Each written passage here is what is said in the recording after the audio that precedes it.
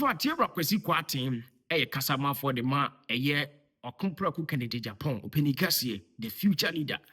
No penina Babontin said, why can't NPP manage to keep Yera Kumpraku Kennedy Agyapong? And Kofobi, Sabi, Omunish, Omode party, no moon to inform us as your mobile casse. Nembum ayed flu perform, Chelsea and Pamono. Na NPP and to keep and manage Rakumpraku Kennedy Agyapong, our party, we answer. Jehiane Sasso to proceed the 2028 election. Abuja, my enjoy you Penny Kwasi Kwarteng Emra. Do you still speak for Ken officially? Yes. Oh, okay. I thought the campaign team had been disbanded. Yeah, but once a soldier. Oh, always a soldier. I mean, there are some issues that comes up that obviously requires a reaction or response. Right. And, most times. Okay. I think I find myself in the right place and position to address him. So I still speak for him. Is it difficult to be spokesperson for Kennedy Agyapong? Let me put it this way. I wouldn't say it's difficult. It gives you an opportunity to learn more. Because Ken is somebody that an enigma. if you ask me, you cannot predict. It's an enigma, isn't it?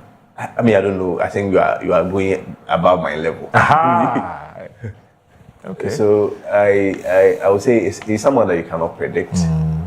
I recall last Saturday we went to a funeral and around Eastern region, I think Udumase Krobo. Okay. And whilst we were coming out from one of the rooms, apparently, you know, when you go, they will give you water, welcome you, and what have you. So as we were coming out, the crowd started cheering him up. And the announcer at the funeral grounds called his name. And the natural expectation for any normal politician would be at least to pass through the crowd and go and say hi and wave them. I mean, so far as Ken is concerned, it's time for him to leave. He's going to another place. So he just smiled and moved on. I mean, so he is a complete different being. I mean, but ordinarily we would have expected that a normal traditional politician would have taken advantage of the moment, greet them at least for some political goodwill. But Ken really doesn't matter. He's a bit different, and when you are working for him, you always have to take the moment and opportunity to always be learning. We have put it that way. I mean, is he a difficult person? No, I wouldn't say so. Especially if you understand him. Okay. I mean, like any other human being, he's not a perfect person. Yeah. He has his strengths and his weaknesses. I'm sure his strengths everybody knows. Right. And the supposed shortcomings or weaknesses too, everyone knows. But it just so happens that, I mean, there are also values and virtues that can also be translated into something positive. I mean, there are some times that all of us, some way, somehow also get worried about how he goes about certain things. But ultimately, you realize that he also has a case. But sometimes, I think it has more to do with communication or PR. I'm sure the way I will address an issue will be completely different from how Shemema will also address it. Mostly stems from his level of investment, his level of passion relative to that particular conversation. So, I mean, sometimes in terms of how he addresses issues publicly is completely different from what the normal politician would do. Have you ever had any conversations with him about his style of communication and whether he is unfairly misunderstood when he speaks? Obviously, I mean, we've had several discussions, not only me, but I recall when we started this campaign. I mean, anybody that, first of all, meets Ken, if we are given the opportunity to talk to him, we will say, oh, Ken, you need to tone down, because the ordinary Ghanaian expects a certain template of what the politician or what his leader should be. But Ken is like the Trump style. He believes that he must run the show. It is a template that works. And I mean, at some point, we tried to change him, realized that it wasn't changing. And that was the history of Let Ken Be Ken. That it is rather important to focus on his strengths and how the perceived weakness. I mean, if you see somebody is temperamental, people can also see it from a different angle, that this is a guy who is so passionate about getting results. So why don't we rather turn the supposed excesses or the supposed shortcomings into something positive? So yes, we've had different level of discussions, but like I said, Ken is not somebody who... okay, so let me give you one final instance. Recently, we all agreed that he's not having any interview within the media space, especially after the Afari criticism. We realized that there was a pushback from party people. But we're just driving and we heard another interview on his own station. I picked the phone and called them and said, she herself wasn't even aware when the man did the interview. So subsequently, he said he was in his car, he heard what they were saying, he didn't like it, and he picked the phone and called them themselves. So it wasn't the journalist who called him, he picked the phone and called them themselves. So you really need to understand him. If you understand him and know his objectives, what he's up to, it's quite easy for you to work with. But if what you're saying is anything to go by, and the fact that you make it look, I won't say simple, but not that difficult to manage him. Yeah. Why do you think your party has been struggling to manage Ken? Because quite clearly they want him to behave in a certain way. You said at some point you tried to get him to behave in that way. But he says, look, this is me. You either like me. Let me be me. Yes, and so you couch this, let me be Ken, mantra. So you have accepted him for who he is. And that's how it's supposed to be. People must be accepted for who they are. You just have to manage the people. Why do you think your party's been struggling genuinely? And it appears some people don't even understand his philosophy, his mindset, how he thinks, with the things that bother him, the things he's passionate about. Where lies the difficulty in trying to get him to basically tap into his strength, as you rightly said, and forgetting about his weaknesses? You see, there is one honest truth that we cannot all dismiss. In the ordinary course of things, the criticisms, especially the one he spoke about Ferry, ordinarily wouldn't have been an issue if you ask my honest perspective. But it has more to do with the timing of the message. I'm sure if we were to roll back in 4 years ago or 5 years ago, people would have seen this, including party faithful would have seen this as the normal Ken that we know. Ken doesn't mind who is criticizing. So far as he wants results, he criticizes the NPP, he criticizes the NDC. But sometimes timing may have the potency of changing your true intentions, especially after a very tense contest, flabbergastic primaries.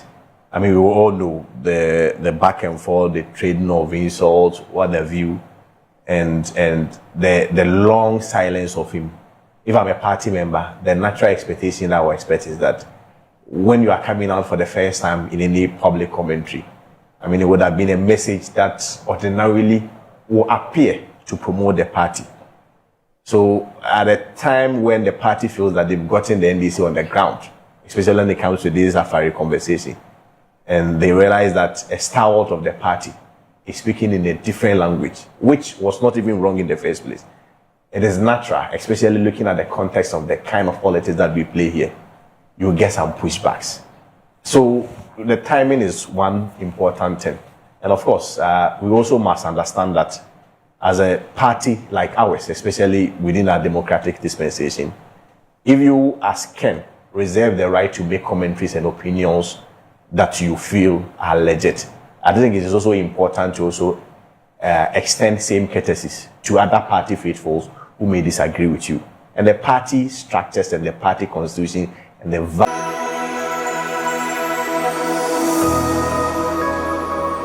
values of the party gives room for such disagreements. I've always maintained that strong parties are not parties without disagreements. But strong parties are parties that, in spite of the disagreements, still have the structures to still unite us, and out of the disagreement still agree for the good of the party. So I think it is natural, just like even in our homes, husband and wife, sometimes they will have their own disagreement, but ultimately they still believe in the marriage, they still believe in the value of the family that they are building, and they are still able to. Kwasi, something doesn't add up. Maybe you can help me. In the last 1 year and 6 months, your battle cry, or let's say an issue which you have been criticizing this government for, whether rightly or wrongly, is that there is an attack on free speech. Yes. And that this government is stifling free speech, even in cases where a judge feels that you have defamed or you're in contempt and the judge takes you on, we say government is attacking free speech. That's fine. It's the kind of politics we play. And your strongest argument, and that's my final question to you before I come to my sister Shalom, your strongest argument has been that, look, it doesn't matter what you say. It doesn't matter what the person says, feels, or tastes like. It doesn't matter how strident that opinion is. Yeah. Allow the person to be. Okay? Don't take the person on. If you take the person on, it means you are stifling people's ability, which is their right under Article 12, to speak freely. How then do you explain a situation where the same party that has been the true, or they say the advocates of free speech, are now saying that, oh, one of us has decided to disagree with the position we've taken, and so that person must be hanged. We must pay for the person's blood. Okay, and the party people who have been advocating for free speech have serious problems with one of their own for disagreeing with a party position. Help me reconcile these two positions. How? Because I'm confused. This is a tricky one. Why do I say it's a tricky one? I sit on this platform as a spokesperson for Kennedy Agyapong on one breath. Yes. And of course also as a member of the National Communications team. Yes. Where I also have to defend the image and of course the position of the party. So this, I mean, is a quite a tricky one. First of all, I need to set the context properly. That if you ask me, Ken's comment the comment that Ken made was not necessarily a comment that should be construed as a Ken versus the NPP. For me, it was a comment for an opportunity for the party to reflect, especially when it comes to its reconciliation channels and mechanisms. Kwasi, sorry, respectfully, I disagree with you. NPP says we've done nothing wrong. No, I was coming there. If you had allowed me to, your question was very clear and I understood it. I was just laying a foundation. But if you are not interested in the foundation, I can just go straight because of time. Yeah, sure. Yes, it is true that we are a party that pride ourselves of free speech. I mean, recently, recall the Bronya incident, where the whole party had to organize themselves. It's not just a point, there's a number of there's the Coca and Co, there's a number of them. But you see, most importantly, the whole beauty of free speech also survives on the broader spectrum of democracy and constitutionalism. Okay.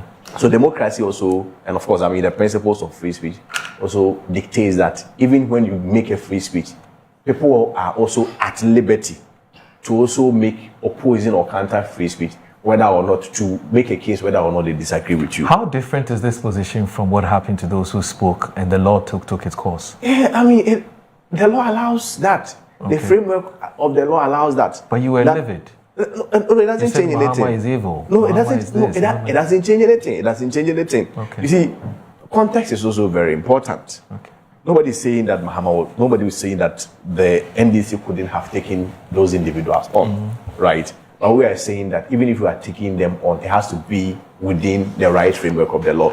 So that, free speech is there, but you see, the worst form of manifesting the law is when you hide under the umbrella of the law to perpetuate injustice. That is where we had the problem with, not necessarily to say that nobody should, or we should gag any speech. No, free speech also goes with responsibility.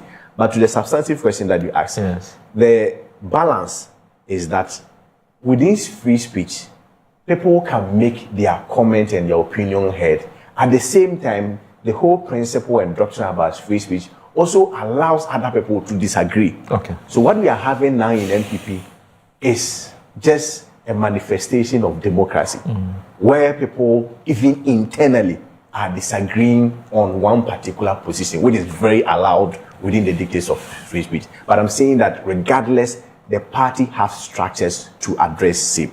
Recently, have you heard that there has been petitions? I was actually coming there. Petitions against him and what have you. Yes, people may disagree. You have the right to make your free speech. Other people also have the right to make their free speech. And that is the whole beauty of democracy, properly so-called, if you ask me. I thought you said that was your last question there. Well, this last. This one, this is last. Is he perturbed by the raft of petitions that have been filed against him? So is he booted out as a member of the party? In fact, there are some people who have sworn heaven and earth that if Ken doesn't leave the party, they will leave the party. To be very honest, I have not had the opportunity to peruse any of the petitions. Okay. But I'm not sure the petition will come with a recommendation that they should boot him out of the party. Probably the petition will be a petition for disciplinary action. Essentially sanctioned, yes. I think from the human perspective. So there are two groups of people. There are actually 10 petitions against him. I get it. There are those. I haven't perused all the petitions, and I must admit. But if I listen to what some of the anti-Ken people or Ken must go people are saying, some of them are saying you should just go, and there are those who are saying punish him. So I agree with you. There are two groups of people. Yeah. But the point is that, well, of course, to your question, I mean, Ken is a human being. If we are a deeply invested party member like this, very passionate about the party, and you see such petitions against you, naturally you'll be concerned. So that is on that side, naturally you'll be concerned. But I think ultimately the most important thing is the broader interest of the party. I mean, we've always maintained that, yes, the party is bigger than every human being.